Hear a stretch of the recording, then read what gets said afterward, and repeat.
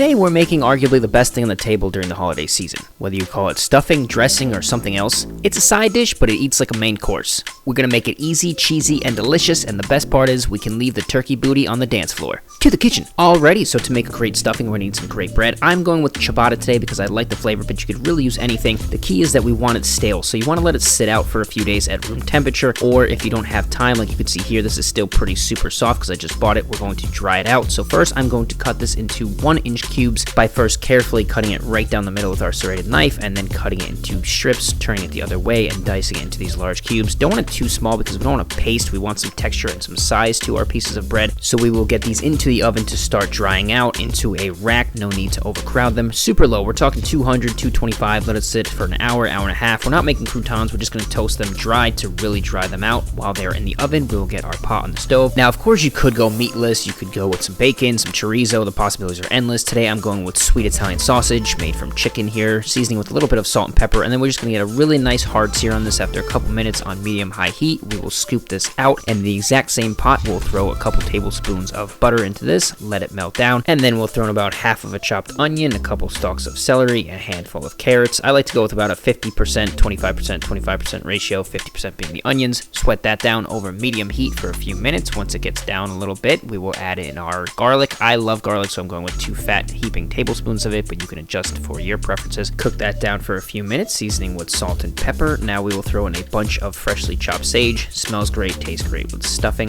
Now, I grew up with stovetop stuffing, and I absolutely love it to this day. So the first time somebody tried to put fruit in my stuffing, let's just say it made me a little bit angry, but now I absolutely love it. The sweet, the salty, everything together just goes so perfectly. Don't knock it till you rock it. This is a gala apple. You could go with one really big one or 2 medium-sized ones. I skinned them, I diced them, and I threw them in there, seasoning with a little bit of salt and pepper. Gala apples work great for this because they hold their shape and give off some nice juice. Similarly, I'll throw in a handful of raisins. Again, the sweetness of this just plays off so perfectly. Now I'll turn off the heat, throw our meat back in there, and here's our bread that's been in the oven this whole time. You can see it's nice and stale. It's kind of crumbly in my fingers, and that's what we want, so it holds up nicely to the liquid without getting too soggy. Now we'll throw all this back into the pot. Definitely be easier just to toss this all into a giant mixing bowl to get it all mixed. I just didn't feel like cleaning yet another thing, so I'm going to give it a good stir within my pot just to get all the ingredients mixed up. Now it is time to get cheesy. I'm going with Parmigiano Reggiano. It's sweet, it's salty, it's creamy. It's going to go great with the fruit, the sausage, the bread, everything together, and it'll hold it together nicely for a nice cheesy flavor. About a cup to 2 cups, depending on how cheesy you like it. Here's where I'd normally crack an egg to help keep everything sticking together, but I was just so excited that I forgot, and it still came out amazing.